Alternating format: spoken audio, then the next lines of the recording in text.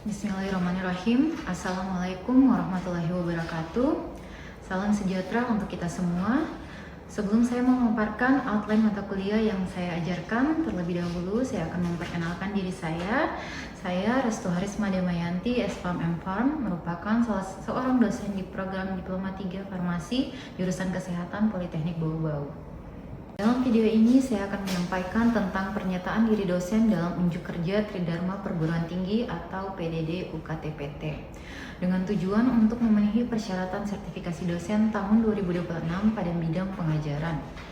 Dalam kesempatan ini saya akan memaparkan mata kuliah yang saya ampu di program studi Diploma 3 Farmasi, yaitu Teknologi Sediaan Steril. Sebagai wujud dedikasi saya dalam menerapkan Tridharma Perguruan Tinggi di bidang pengajaran, seluruh proses pembelajaran mata kuliah ini dirancang secara komprehensif mengacu pada prinsip DIA, yaitu Delivery, Interaction, and Assessment yang diselenggarakan dengan kurikulum modern berbasis OB atau Outcome Based Education. Adapun outline pemaparan mata kuliah Teknologi Sediaan Steril hari ini akan mencangkup 5 poin utama. Yang pertama, deskripsi mata kuliah. Yang kedua, capaian pembelajaran mata kuliah atau CPMK. Yang ketiga, metode pembelajaran. Keempat, sistem penilaian. Dan yang terakhir, video pembelajaran. Deskripsi mata kuliah Teknologi Sediaan Steril. Identitas mata kuliah, nama mata kuliah Teknologi Sediaan Steril, kode mata kuliah MKPC 401. Mata kuliah ini merupakan mata kuliah wajib di semester 3 pada program studi Diploma 3 Farmasi dengan beban SKS 3 yang terdiri dari 1 SKS teori dan 2 SKS praktikum. Mata kuliah ini diampu secara kolaboratif oleh tim teaching yang terdiri dari 2 orang dosen. Mata kuliah ini dirancang untuk memberikan pemahaman konseptual dan keterampilan praktis mengenai teknologi sediaan steril yang meliputi prinsip sterilisasi, teknik aseptis, penerapan CPOB, formulasi, pembuatan, pengemasan, dan evaluasi sediaan steril termasuk sediaan parenteral, oftalmik, dan tetes telinga. Setelah menyelesaikan mata kuliah ini, mahasiswa diharapkan mampu menjelaskan konsep-konsep tersebut, melakukan formulasi, dan membuat sediaan steril secara aseptis, serta mengevaluasi mutu produk sesuai dengan standar kefarmasian yang berlaku. Bahan kajian mata kuliah ini, yang pertama, konsep dasar dan prinsip CPOB sediaan steril. Yang kedua, teknologi formulasi dan produksi sediaan parenteral. Yang ketiga, teknologi formulasi dan produksi sediaan oftalmik dan otik. Yang keempat, evaluasi mutu sediaan steril dan laporan. Capaian pembelajaran mata kuliah. Untuk memastikan luaran kompetensi mahasiswa terukur secara objektif, mata kuliah ini dibebankan pada 4 capaian pembelajaran utama. Yang pertama, mahasiswa mampu menjelaskan konsep dasar sediaan steril, sterilisasi, dan persyaratan CPOB secara bertanggung jawab. Yang kedua, mahasiswa mampu memformulasi, memproduksi, dan mengemas sediaan parenteral dengan memperhatikan kualitas bahan dan teknik aseptis. Yang ketiga, mahasiswa mampu memformulasi, memproduksi, dan mengemas sediaan oftalmik dan tetes telinga dengan mengacu pada standar sterilitas dan mutu. Yang keempat, mahasiswa mampu melaksanakan evaluasi mutu sediaan steril, baik parenteral, oftalmik maupun otik, dan menyusun laporan praktikum yang sistematis. Materi kuliah yang pertama, pengantar teknologi sediaan steril, meliputi definisi, klasifikasi, rute pemberian, parenteral, oftalmik maupun otik. Yang kedua, prinsip dan metode sterilisasi. Yang ketiga, CPOB sediaan steril. Yang keempat, formulasi parenteral. Yang kelima, perhitungan formulasi baik tonisitas maupun dapar. Yang keenam, praktik membuat injeksi volume besar. Yang ketujuh, praktik membuat injeksi volume kecil. Yang kedelapan, sediaan oftalmik. Yang kesembilan, praktik pembuatan obat tetes mata. Yang ke-10, praktik pembuatan tetes telinga. Yang ke-11, kriteria evaluasi sterilitas. Yang ke-12, evaluasi mutu, fisika maupun kimia. Yang ke-13, pelaporan hasil praktikum. Sistem pembelajaran yang pertama, mata kuliah ini diampu oleh tim teaching berjumlah 2 orang. Jumlah pertemuan sebanyak 14 kali tatap muka yang dilakukan melalui daring maupun luring dengan sistem pertemuan dirancang mengacu pada capaian sub CPMK yang spesifik sehingga terjadi keselarasan menyeluruh antara bahan kajian, metode, dan asesmen. UTS dilakukan pada pertemuan ke-8 sebagai evaluasi capaian tahap pertama dan UAS pada pertemuan ke-16 sebagai evaluasi capaian akhir keseluruhan. Seluruh proses pembelajaran terintegrasi dan terdokumentasi melalui platform Siakat Cloud, mencangkup jadwal perkuliahan, materi ajar, nilai, dan presensi mahasiswa. Sistem ini mendukung transparansi capaian pembelajaran mahasiswa secara real-time sekaligus menjadi basis data untuk evaluasi dan penyempurnaan kurikulum berkelanjutan sesuai prinsip siklus OB, yaitu Plan, Deliver, Assess, dan Improve. Interaksi antara dosen dan mahasiswa dirancang dua arah dan reflektif. Mahasiswa diberi ruang untuk umpan balik terhadap proses pembelajaran sehingga metode dan materi dapat terus disesuaikan dengan kebutuhan capaian pembelajaran mahasiswa. Seluruh proses pembelajaran dilaporkan dan terekam secara sistematis melalui Siakat Cloud di lingkungan Politeknik Bau-Bau. Metode pembelajaran. Metode pembelajaran pada mata kuliah teknologi sedia steril dirancang dengan pendekatan Outcome Based Education atau OB, di mana setiap metode dipilih secara selaras dengan capaian pembelajaran mata kuliah yang ingin dicapai, serta berpusat pada mahasiswa sebagai pembelajar aktif. Terdapat 3 metode utama yang saya terapkan. Pertama, case method atau pembelajaran berbasis kasus. Metode ini diarahkan untuk mencapai CPMK 1 dan 3. Mahasiswa tidak hanya menghafal teori, tetapi dilatih untuk menganalisis kasus nyata secara kritis dan mandiri. Misalnya, menganalisis dampak fatal ketidaksesuaian pH pada sediaan tetes mata atau menentukan metode sterilisasi yang tepat untuk bahan aktif termolabil. Melalui metode ini, mahasiswa membangun kemampuan berpikir, analisis, dan pengambilan keputusan berbasis bukti ilmiah sesuai dengan indikator capaian pembelajaran terkait. Kedua, team-based project and collaborative learning berorientasi pada pencapaian CPMK 2, yaitu keterampilan memproduksi sediaan parenteral. Mahasiswa bekerja secara kolaboratif dalam kelompok untuk menyelesaikan proyek pembuatan injeksi volume besar atau injeksi volume kecil. Melalui kerja tim ini, capaian pembelajaran diukur bukan hanya dari produk steril yang dihasilkan, tetapi juga dari proses kerjasama, tanggung jawab individu dalam tim, dan dokumentasi pendukung yang sistematis, selaras, dan dengan prinsip outcome-based assessment. Oke, yang ketiga, contextual simulation and lab-based learning diarahkan untuk mencapai CPMK 4. Mahasiswa disimulasikan langsung dengan atmosfer industri farmasi yang nyata, mempraktekkan alur personalia dan tata cara gowning sesuai dengan regulasi CPOB, sehingga evaluasi mutu fisika, kimia, dan biologi sediaan menggunakan logbook yang sistematis. Simulasi ini memastikan mahasiswa tidak hanya memahami konsep, tetapi benar-benar mencapai kompetensi atau outcome yang terukur dan dapat diverifikasi melalui dokumen praktikum. Ketiga metode ini secara konsisten dievaluasi dan disempurnakan setiap semester atau continuous quality improvement berdasarkan hasil capaian mahasiswa sebagai wujud siklus OB yang berkelanjutan.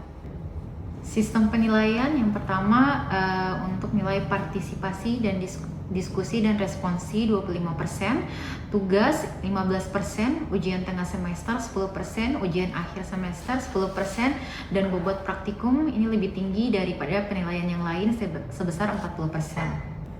Sistem asesmen ini dirancang agar mahasiswa dapat mengetahui proses penilaian secara transparan dan objektif, serta memastikan bahwa penilaian benar-benar mencerminkan pencapaian kompetensi atau outcome mahasiswa, bukan sekedar penguasaan teori, tetapi sejalan dengan prinsip asesmen otentik dalam OB.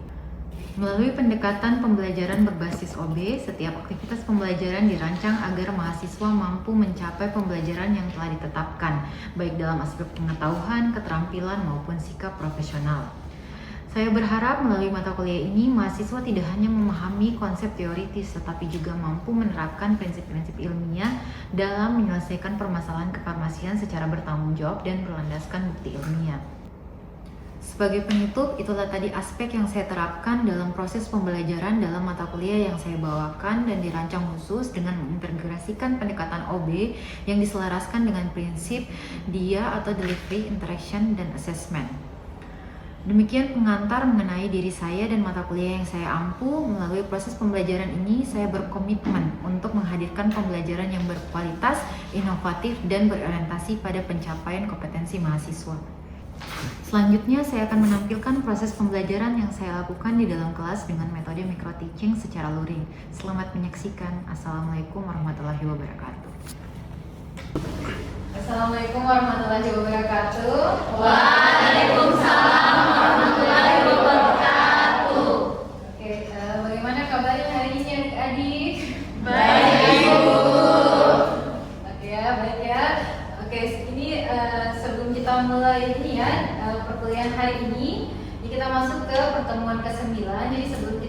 selesai untuk pertemuan hari ini. Kita ikut kembali ya materi sebelumnya terkait kemarin kita sudah bahas sediaan parenteral ya. Kemarin ada bentuk sediaan bentuk wadahnya itu ada dua, biasanya ada yang bentuknya ampul maupun vial.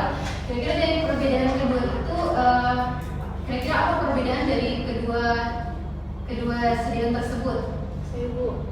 Oke, Manda. Jadi Bu, perbedaan dari ampul sama vial itu, kalau ampul itu dia sebetulnya usah tahu pemakaian satu kali pakai, sedangkan vial itu dia multi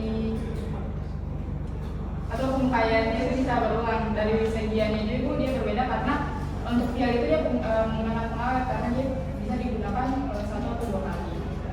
Sudah tepat ya. Jadi tadi untuk perbedaannya wadah vial maupun ampul itu berkaitan dengan tadi penggunaannya. Tadi ada yang bisa sekali pakai untuk ampul, kemudian untuk yang vial itu bisa digunakan berulang kali. Kemudian untuk dari segi formulasi tadi dia berkaitan dengan penggunaan pengawet. Jadi ada yang bisa ditambahkan pengawet itu yang multiple dose saja ya, atau yang wadah vial. Untuk yang single dose tadi yang ampul itu tidak bisa digunakan atau ditambahkan pengawet pada formulasinya. Oke, kita lanjut ya materinya. Hari ini kita bahas terkait sediaan optalmik atau sediaan mata dan formulasinya. Oke, sebelum kita masuk ke sediaan optalmik, kemarin kalian sudah pelajari terkait bentuk-bentuk sediaan steril ya. Ini salah satunya sediaan optalmik. Ada yang bisa bantu Ibu jelaskan apa saja kira-kira yang masuk ke dalam sediaan steril? Oke, Roma. Jadi di sediaan steril itu terdapat ada beberapa sediaan. Yang pertama itu sediaan larutan. Yang pertama itu tetes mata, tetes telinga. Setelah itu ada sediaan berbentuk semi padat. Yang pertama itu salep mata. Terus ada di sediaan substansi yaitu insulin. Oke, tadi sudah dijelaskan temannya ya. Jadi untuk bentuk-bentuk sediaan steril tadi sudah dijelaskan, termasuk salah satunya ini sediaan mata ya. Oke, untuk sediaan mata, jadi atau istilahnya sediaan optalmik ya, atau optalmik. Jadi itu sama dengan sediaan mata.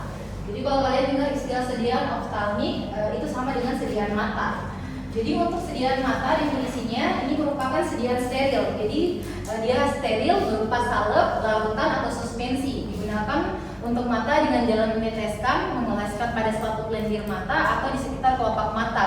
Jadi untuk sediaan mata ini ada tiga, ada yang bentuknya salep mata, ada yang bentuknya larutan atau tetes mata, kemudian ada yang bentuknya suspensi. Oke, next. Jadi untuk penggunaannya, jadi kapan kita gunakan tetes mata? Jadi umumnya ada yang untuk hidrikardik atau pelebaran pupil, contohnya untuk atropin. Kemudian ada miotik untuk penyempilan pupil, untuk terapi glaukoma. Kemudian ada untuk antibakteri, untuk melawan infeksi pada mata. Misalnya contohnya kloramfenikol. Kemudian ada untuk anestesi lokal untuk mengurangi rasa sakit sebelum dan sesudah operasi, contohnya kokain.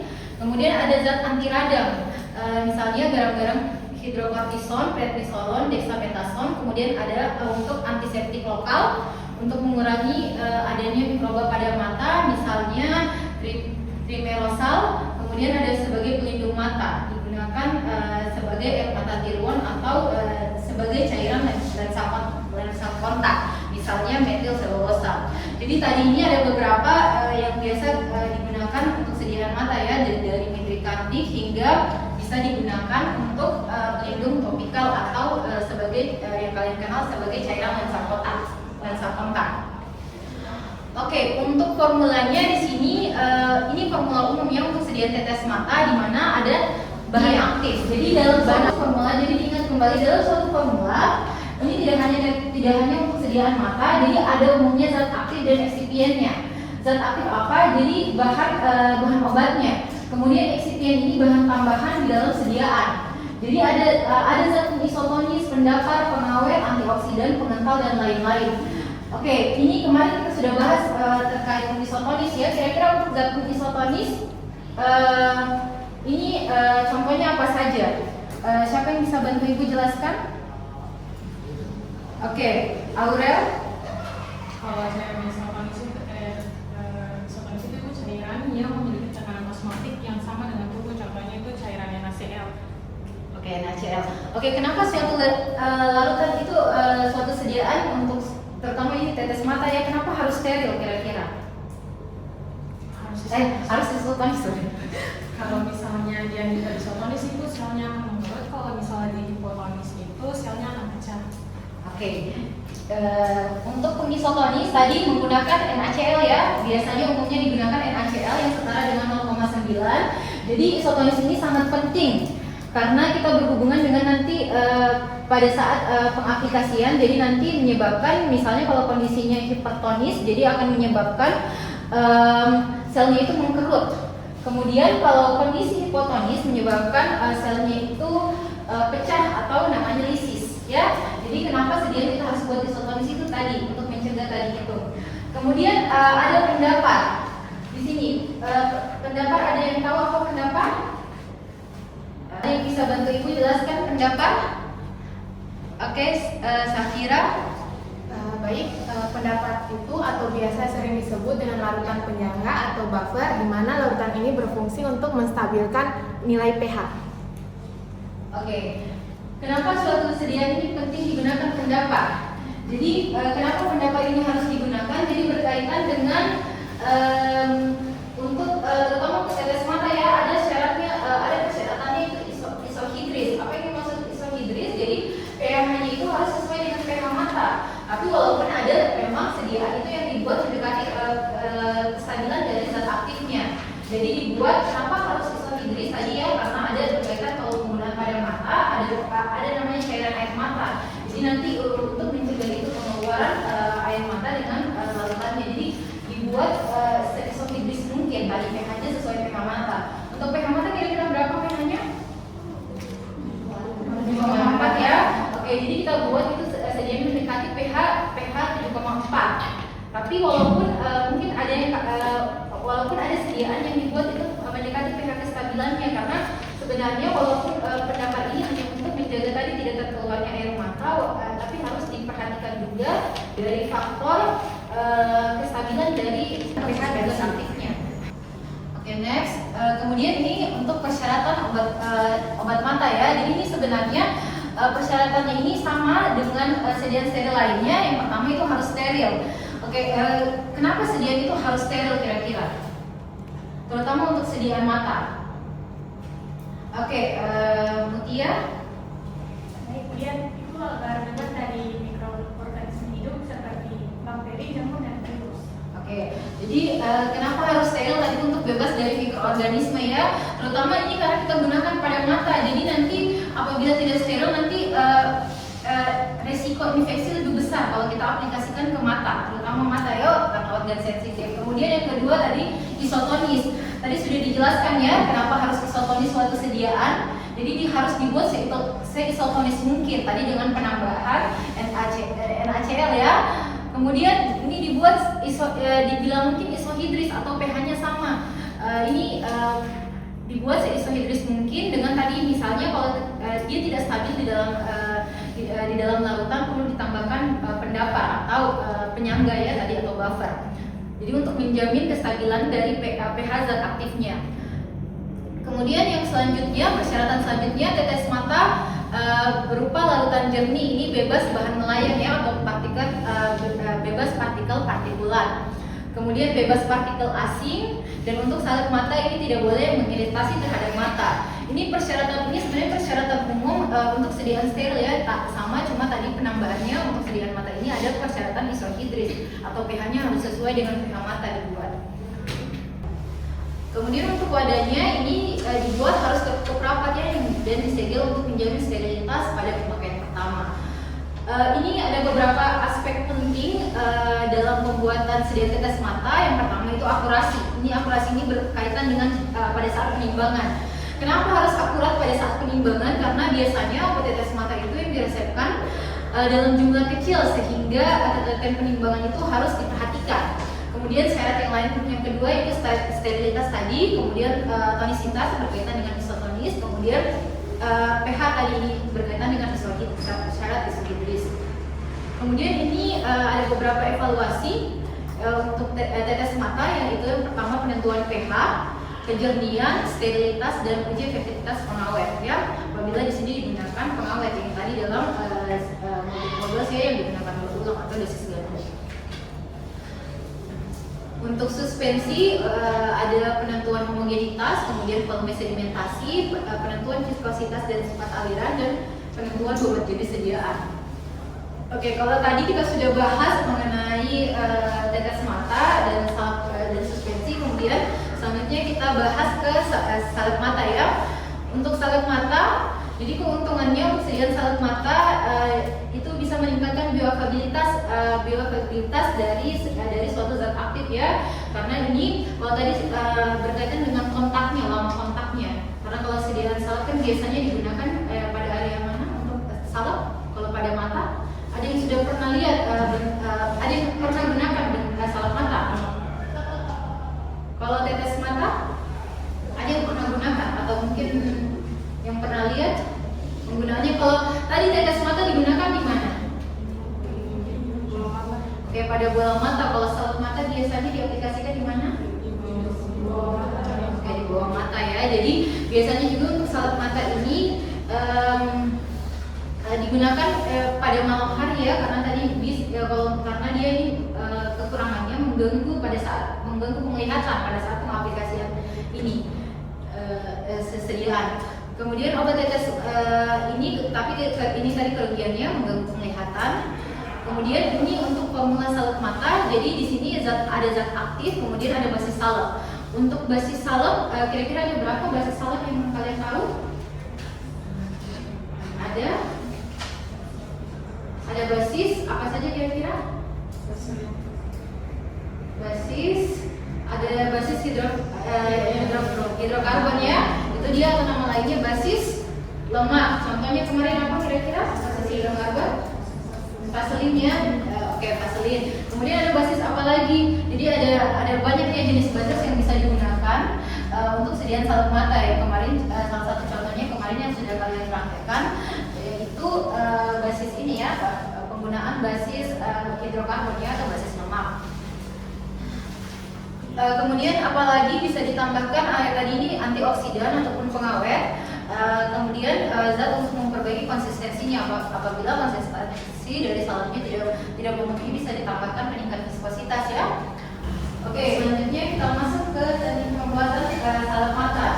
Jadi ini tadi seperti yang dijelaskan tadi, untuk sediaan salep mata ini harus steril sesuai dengan persyaratan yang tertera pada monografi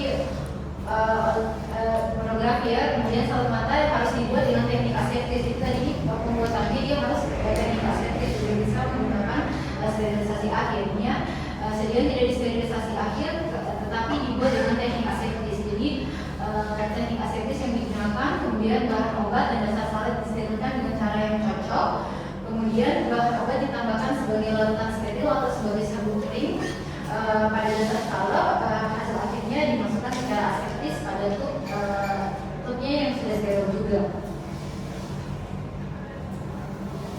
Untuk teknik aseptis ini terbatas penggunaannya pada sediaan yang mengandung zat aktif yang peka pada suhu tinggi dan dapat mengakibatkan penguraian dan penurunan kerja farmakologi ya, contohnya penggunaan antibiotik. Jadi untuk salep ini dia harus menggunakan teknik aseptis ya, terutama juga untuk zat aktif yang tidak tahan terhadap suhu pemanasan, sehingga cara aseptis ini diperlukan untuk pembuatannya. Kemudian wadah, jadi wadahnya untuk sediaan salep mata adalah tub steril. Jadi tidak hanya bahannya saja yang disterilkan, tetapi juga tubnya atau wadah penyimpanannya, jadi harus sudah disterilkan. Ini biasanya digunakan ada dua jenis, yaitu tub yang dilapisi bagian dalam untuk zat aktif yang dapat membentuk kompleks logam. Kemudian ada tub yang tidak dilapisi dengan penanda pada kemasan harus ditulis salep mata. Jadi pada penandanya itu kemasan harus ada keterangan tulisan salep mata. Untuk sediaan antibiotik harus ditulis juga tanggal kadaluarsanya. Nah, ini ada beberapa hal yang harus diperhatikan dalam penyiapan sediaan salep mata. Yang pertama, sediaan salep mata dibuat dari bahan yang sudah disterilkan dengan perlakuan aseptis yang ketat serta memiliki uji sterilitas. Kemudian yang kedua, jika bahan tertentu yang digunakan dalam formulasi tidak dapat disterilkan dengan cara biasa, maka yang digunakan bahan yang memenuhi syarat uji sterilitas dengan secara aseptis.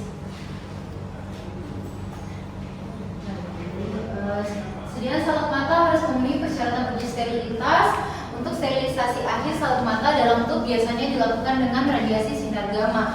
Jadi untuk sterilisasi akhirnya tadi walaupun dibuat secara aseptis, tapi ini untuk tubnya ya, untuk wadahnya. Jadi setelah sediaan itu dibuat, disterilisasi lagi dengan sinar gamma untuk mencegah kontaminasi atau mikroba ya yang dapat masuk melalui aliran udara. Kemudian untuk salep mata ini harus mengandung antimikroba atau tadi pengawet, kecuali dinyatakan lain, misalnya clorbutamol, paraben dan jenis pengawet lainnya yang bisa digunakan. Kemudian bahan obat yang ditambahkan ke dalam dasar salep berbentuk larutan atau harus bentuk serbuk halus. Salep mata harus bebas dari partikel kasar dan harus memenuhi syarat kebocoran dan partikel logam pada uji salep mata. Kemudian wadah salep mata harus dalam keadaan steril pada waktu pengisian dan penutupan. Dasar salep yang dipilih tidak boleh mengiritasi mata, memungkinkan difusi obat dalam cairan mata, dan tetap mempertahankan aktivitas obatnya dalam jangka waktu tertentu dalam kondisi penyimpanan yang sesuai. Ini persoalan yang mungkin muncul biasanya dalam formulasi salep mata. Yang pertama itu berkaitan dengan bahan aktif. Harus diketahui afinitas zat aktif terhadap basisnya untuk memprediksi kelepasannya. Jadi kita harus tahu dulu bagaimana sifat dari bahan aktifnya ya sebelum kita memformulasikan, sehingga kita bisa tentukan basis mana yang sesuai yang akan kita gunakan. Ini sebagai contoh, zat aktif yang larut, yang sangat larut dalam lemak mempunyai afinitas tinggi terhadap basis lemak dan susah dilepaskan, maka diganti dalam batu garamnya. Jadi penting sekali sebelum kita melakukan pembuatan sediaan, melakukan preformulasi atau mengetahui dari karakteristik dari zat aktifnya ya, sehingga kita bisa menentukan basis apa yang sesuai. Kemudian ukuran partikel zat aktif ini harus diperhatikan. Kemudian untuk pemilihan basis yang cocok ini, pertama itu basisnya yang tidak mengiritasi mata. Untuk vaselin album ini sebaiknya tidak digunakan sebagai basis salep mata. Jadi kalau kemarin kita gunakan vaselin album untuk pembuatan sediaan non steril, jadi untuk sediaan steril ini dia khususnya untuk salep mata ini tidak menggunakan vaselin album ya, karena vaselin album itu berasal dari vaselin vakum atau vaselin kuningnya yang mengalami proses pemutihan, sehingga dikhawatirkan masih ada spora atau zat mengoksidasi dari asam yang dapat mengiritasi mata, sehingga kita digunakan biasanya untuk menggunakan basis hidrokarbon menggunakan vaselin vakum. Kemudian untuk adep slanae, yang basis adep slanae itu tidak boleh digunakan untuk mata karena dapat menimbulkan sensitasi. Untuk evaluasinya, jadi ada secara fisika maupun secara kimia. Untuk yang secara fisika ini ada distribusi ukuran partikel ini tadi untuk salep mata, kemudian homogenitas, uji kebocoran tub, isi minimum, kemudian penetapan partikel logam dalam salep dan uji sterilitas. Kemudian uji kimia ini berkaitan dengan kandungan zat aktif, kandungan antimikroba, penetapan dan identifikasi zat aktif. Kemudian ada juga bisa dilakukan evaluasi biologi, efektivitas pengawet antimikroba, uji sterilitas, dan penetapan potensi antibiotik. Oke, sampai di sini materinya.